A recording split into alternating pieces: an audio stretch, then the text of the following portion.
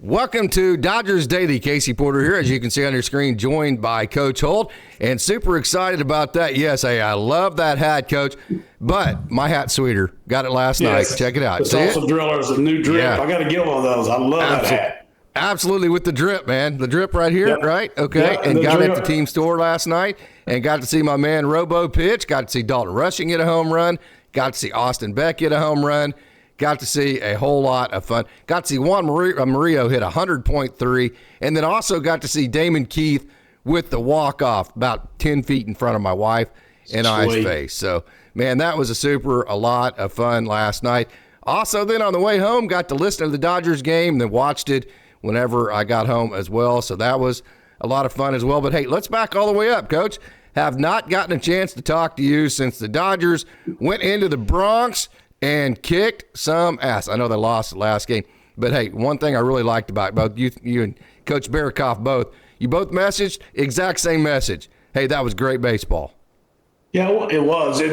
And they even said on the broadcast, I don't know which night, ESPN or Fox, didn't matter, but that's great for baseball. The Dodgers and Yankees both leading their division in the Bronx or LA. It doesn't matter where they play out here in the parking lot. It wouldn't make any freaking difference. It was just great stuff. Of course, we're happy that the Dodgers won 2 out of 3, but God, it's just so much fun to watch that. You know, you got stars, how many Hall of Famers on each side? They mentioned that, maybe the first time ever you had maybe 3 Hall of Famers hitting in order for the Dodgers and the Yankees. But great baseball. T.O. takes New York, man. What a great series for T. Oscar, and he just continues its onslaught last night. But, we talked about that last week, Case, before they went there. There's some struggles, had the 5-game losing streak, and there's some people ready. We got to bring people in off the ledge. So you're saying they have humans on their roster is what you're saying? Yes, they have humans. The Dodgers are human. We got to remember that. I have a tough time remembering that sometimes. I'll start texting my brother. I'll start texting Rex. Rex, he's another great Dodger lover. But anyway, going in there, if they were, they're tired. They're tired. They're hot. They played a lot of games in a row. They're human. But when you walk into Yankee Stadium, the monument out in the center field and the history, and you look over there's Aaron Judge on the other side and some other great players, Giancarlo Stanton, people that they got over there on the other side, and the fans are giving it to you just like that. Don't get your juices going. But, it was a great series. The Dodgers played great. The Yankees played great. That's the other part about it. The Yankees were on an 8-game winning streak, I think, when we got in there. Didn't have Soto, but that's okay. That's true. And Soto's a great player. We all know that. But, that's the way it is this time of year. They get them back. If they get Garrett Cole back, who cares? We won't see them do the World Series. So have at it. But I'm a big admirer of Aaron Judge, the way he carries himself, the way he plays the game, and what a talent. But we've got them, too, at the Dodgers. It was a great series, and the Dodgers win 2 out of 3. And, you come up with the winning run on first base and Mookie Betts up. I'll take that any time, whatever. Absolutely. And really, even in loss, the 162 part of it, the marathon part of it is, hey, are we working towards goals? Are we playing good baseball? And if at the end of the night, as a manager, player, whatever it may be, if you can put your head down and go, hey, we played great baseball. That was a great game. We played a great team. It's just sometimes, you don't always win every game. At the end of the day, when you can think like that, you're fine. Yeah, and Lux had a good game. I guess it's that game. He had 3 hits one of those games, and so that's a good sign. He's starting to show some life offensively. Had 2 last night, too.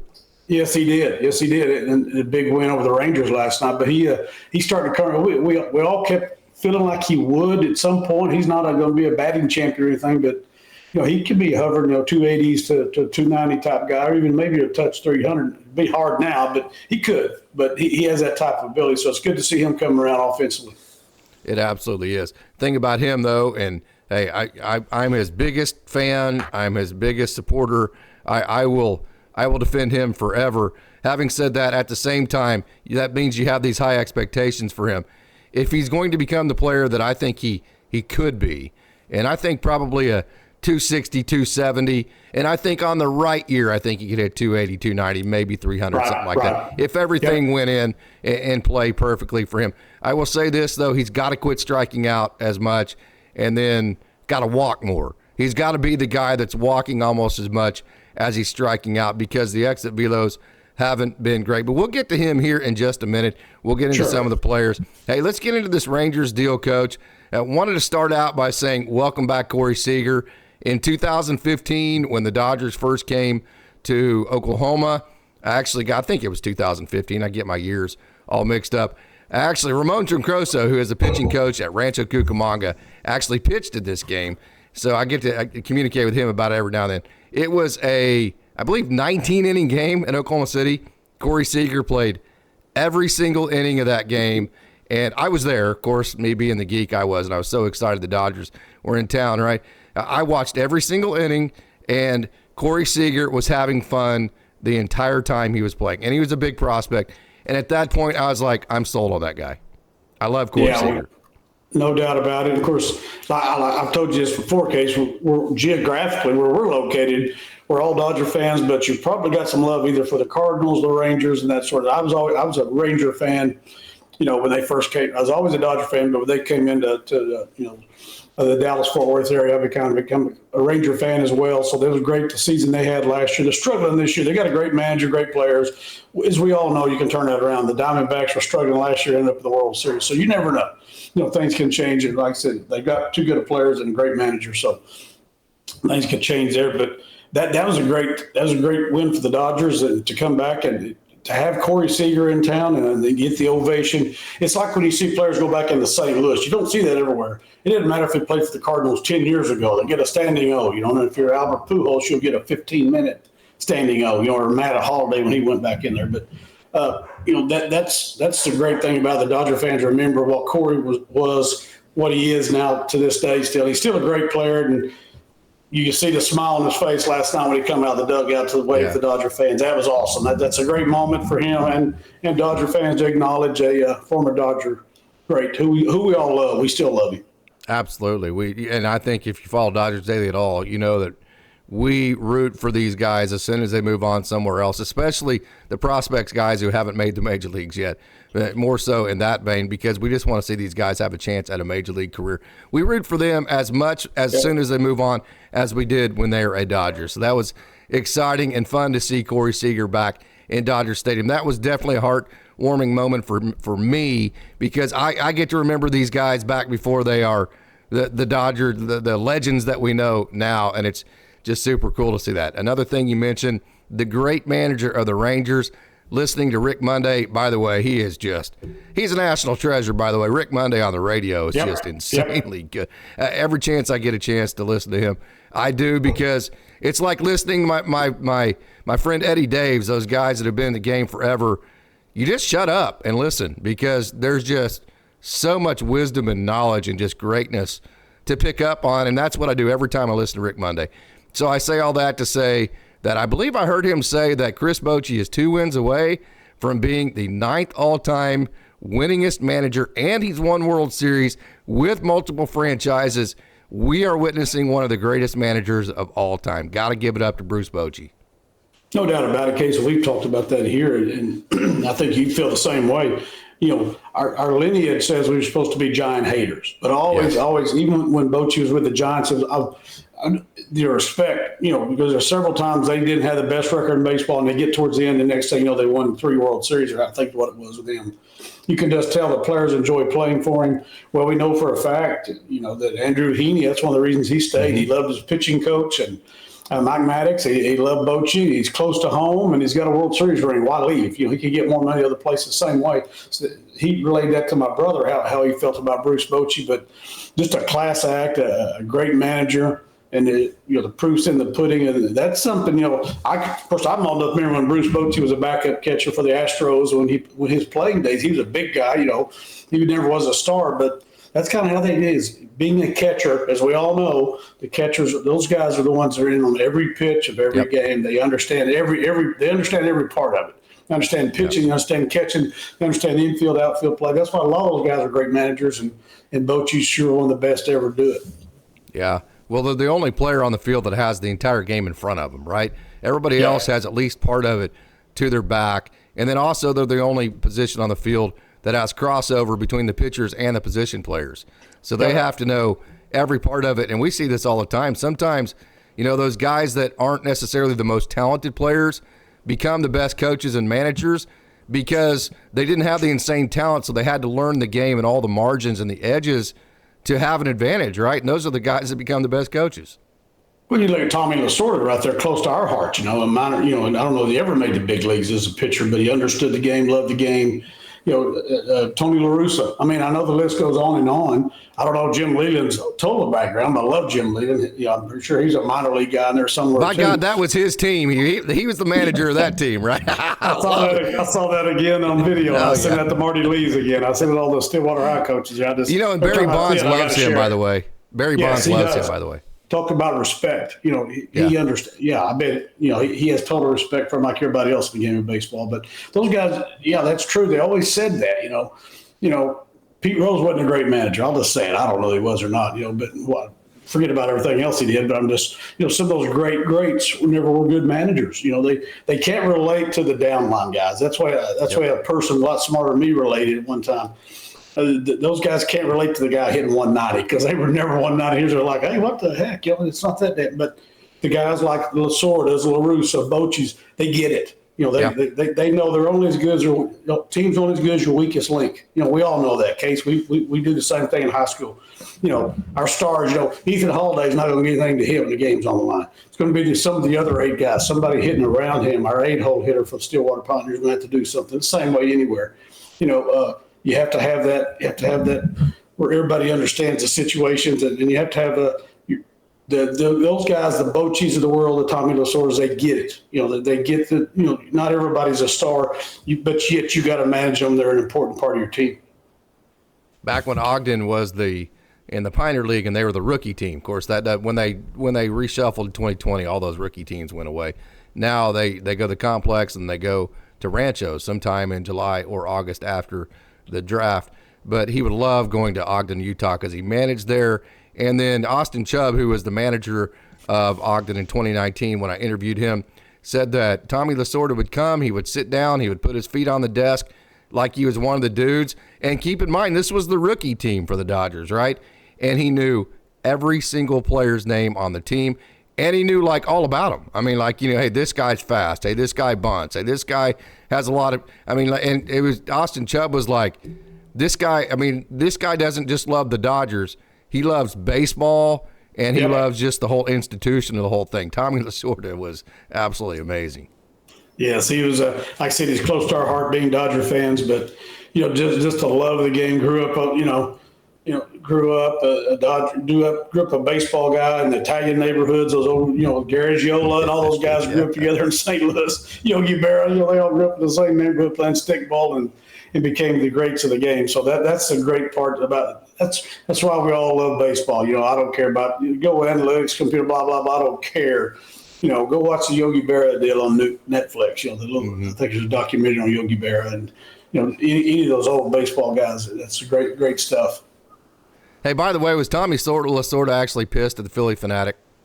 Yes, I'm pretty sure you think that was real. He was actually pissed, you think? It looks real. Of course, knowing Tommy, he's a pretty good actor. But it looked real. He looked pissed. He actually, I watched that thing over and over. Of course, I just belly laugh every time I see it. And I still can't figure out if he was actually pissed at the Philly Fanatic or not. Yeah, he's actually pissed at Doug Rao on the mound in the World Series. I can tell you that. Absolutely. Hey, Coach, let's get to last. I don't care how you feel. I don't care how you feel. I'm not getting you out of here. Whatever. That's another Jim Leland moment there. I'm the manager of this team. Damn it, I don't care what you think right now. This is what we're going to do. Feel good. I don't care if you feel good. I feel good, Tommy. I don't care if you feel good. I could care less. I could care less if you feel good. You gave up 3 straight hits. It's the World Series. We're behind. Okay, man. Last night, if you're worried about maybe a little bit of a letdown coming back home after the Yankees, I'm gonna be transparent. I thought this was a kind of a trap situation to where, of course, coming home in front of your fans, you don't want to be flat in front of them. But again, you are human. That certainly didn't happen. Paxton was absolutely on his game. Hey, everybody in the lineup except for Miguel Rojas had a hit. Will Smith got you on the board early.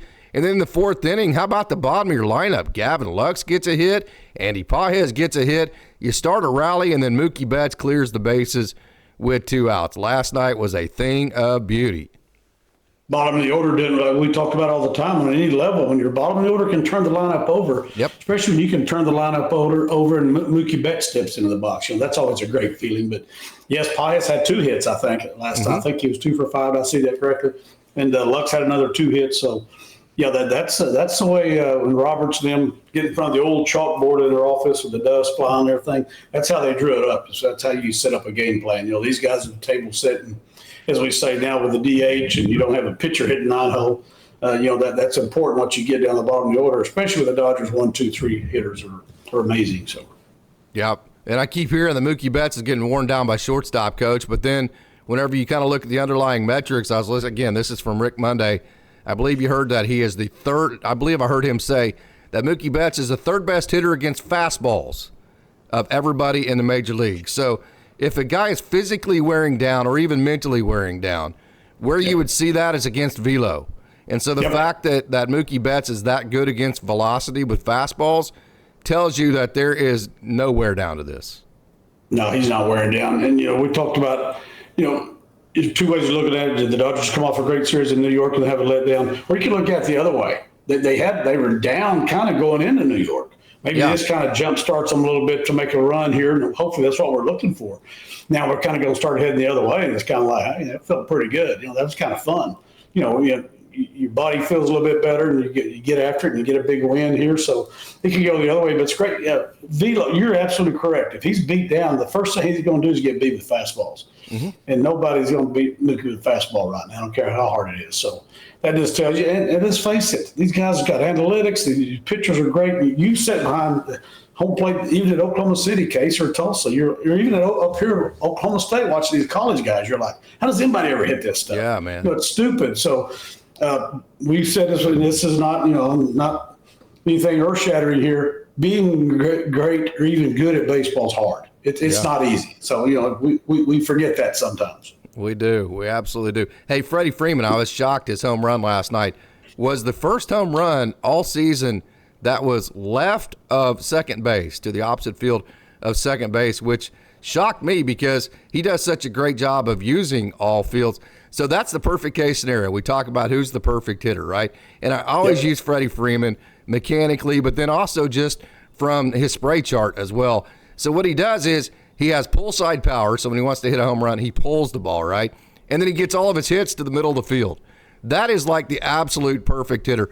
Gap to gap that you talk about for all your singles and doubles. And then you turn on one to hit a home run. That has been Freddie Freeman, and he is just an unbelievable hitter. But I was kind of surprised to find out that was his first hit opposite field home run-wise this year. He's hit tons of doubles that way. Last year he had 50-something doubles. He had a bunch, Oppo. Every now and then you'd see him put a shift on him and said, you guys stupid. He just doubled right where the shortstop should have been. But I love it. Sweet. He had the same thing in New York, that inside. You can see the inside out. He had a double, I think, in New York the other night doing the same thing. I watched the highlight again here on ESPN. That home run the same way. Just like when he's going, he hits a lot of stuff, Oppo, to left center. And hits it hard. It hits a lot of doubles, like you said, Case. We always talk about middle of the field, big part of the ballpark, right center, left center. And he's a master of that. And, that's what makes him one of the best hitters in the game. Absolutely. I do think, Max Muncy, he's going to be out for a while. He is still not swinging the bat. He's taking ground balls. He is throwing. So this is going to be, I can tell you, when you're dealing with the injury that he's dealing with, this is a situation to where as good as the medical people are, as advanced as everything is, nobody really knows when he's going to be back. I can just tell you that right now. If somebody's saying that right now, I think they're probably just trying to give you a ballpark, but so who knows? The Dodgers, in my opinion, though, everything's up and up. You take 2 out of 3 in New York. You have a great game last night, so I don't want to be Debbie Downer in any way, but the Dodgers have to figure out third base. I agree with you. And I know me and you talked off the air. I mean, they mentioned, I think John Smoltz mentioned the other day, they asked him, what did the Yankees have to do to win the world championship? Then he asked, what the Dodgers have to do. He made a very good statement. I thought he said the Dodgers need 2 more hitters. Yeah. He just felt like, I've even heard some people say, we just need to get another hitter. I'm like you, though, Case. We need a third baseman that can do that, because you can do a lot of things. If and when Muncy does get back, he can play a lot of other positions. He has. You can make that lineup work. But I think me and you were texting back and forth on third base. I mean, you could always do something right field, left field. I mean, Dodgers have positions where they can do stuff. We ain't worried about first base, catcher, and wherever Mookie plays, anywhere on the field, even the pitcher, man. Put him on the stinking mound, he's probably good. But, they do have some options. And like Smoke said, which we all know, like the Yankees, the Dodgers have the resources to make that move, and to get another bat, a good bat, Mm-hmm. That's exciting. I know we're about 50 days out from the trading deadline, so you could probably see something there. Another bat, fix the bottom of that lineup, be good. I mean, you hate to think about getting a bat, but you move somebody down, they can do some damage down there. Teoscar is pretty good where he's at right there, but good Lord, they've got a lot of options, and why not? If you got the resources and you got a chance to do it, they're going to probably do it. Again, we're not playing for next year. Not the big leagues. You're not playing for next season, and you're not playing to win your division. We all get it. The Dodgers are playing to win a World Series or a bust, so that's how that goes. The Dodgers just need to lengthen the lineup, as great as it is. Yep. And, hey, they can win a World Series with the roster the way it's constructed right now. No doubt about it. Glasnow go out and shove. Yamamoto go out and shove. They need to figure out their third starter, who their third – I don't think they know who their third starter would be right now in a playoff scenario. Well, hopefully that becomes Walker Buehler as time goes on. Maybe a Gavin Stone. Gavin Stone has proven that he can come up with the big money. I think right now, honestly, and this goes against what I've been saying all year just because of the way the Dodgers work, but I think if he started Game 3 in the playoffs right now, it'd be Gavin Stone. I agree. I think he's had a tremendous year. And they talked about it on the broadcast the other day, same thing me and you have talked about, and every other Dodger fans talked about, the way he went about his business last year, up and down, Oklahoma City and LA, and having some, unsuccessful at some point in the big leagues, to go back and do the work and make a new, develop his pitches, develop his game, and to come back, he's a quality major league starter right now. I agree with you, Case. If they played today, he would be your third game, your Game 3 starter, no doubt about it. Mm-hmm. Going back kind of to the third base deal too. Whenever you look at Kike Hernandez having to play there, Miguel Rojas play there, Chris Taylor, that's your bench depth. I've mentioned several different times. I know people saying, hey, Miguel Rojas is hitting great, this and that. Well, he's a little bit older, so now he's fighting nagging injuries right now because that's what happens whenever you play every day and your body gets a little bit older. So that's number one. His body's going to break down. And I've said it many different times. One of the advantages Kike and Miguel Rojas have is that they're only played in scenarios to where they have the matchup advantages. So when you start playing them every day, you're playing them because you need them to play every day and not because it's a good matchup for them. Now all of a sudden you start seeing the 0 for 4s and all the. So now not only are you not getting the production from your starter at third base, you've also lost a very integral bench piece that you could have matched up in good advantages and good matchups that were producing for you. So it's a complete double whammy whenever you have to start Miguel Rojas and not Teoscar, but Kike Hernandez every single day in a starting role.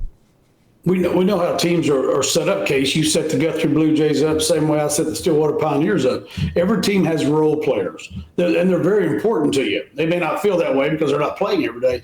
They're very important to you. They can come off the bench. They can pinch hit. They can play a lot of different positions.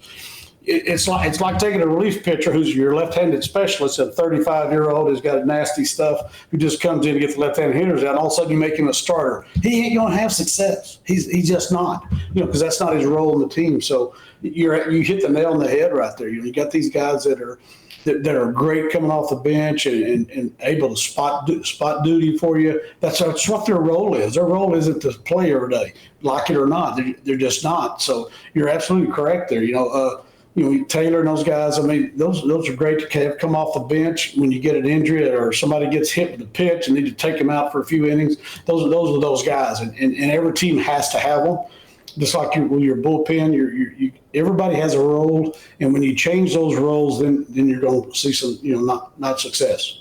It's a snowball. It's kind of like when one guy's out of your offensive lineup, then you got to move another guy up. Now, all of a sudden, the middle of your lineup's not as good because you have the middle of your lineup guy out, but now the bottom of your lineup's not as good either because you moved the bottom of the lineup guy to the middle of the lineup, and now it just kind of snowballs all the way down. Hey, Coach, this has been a lot of fun.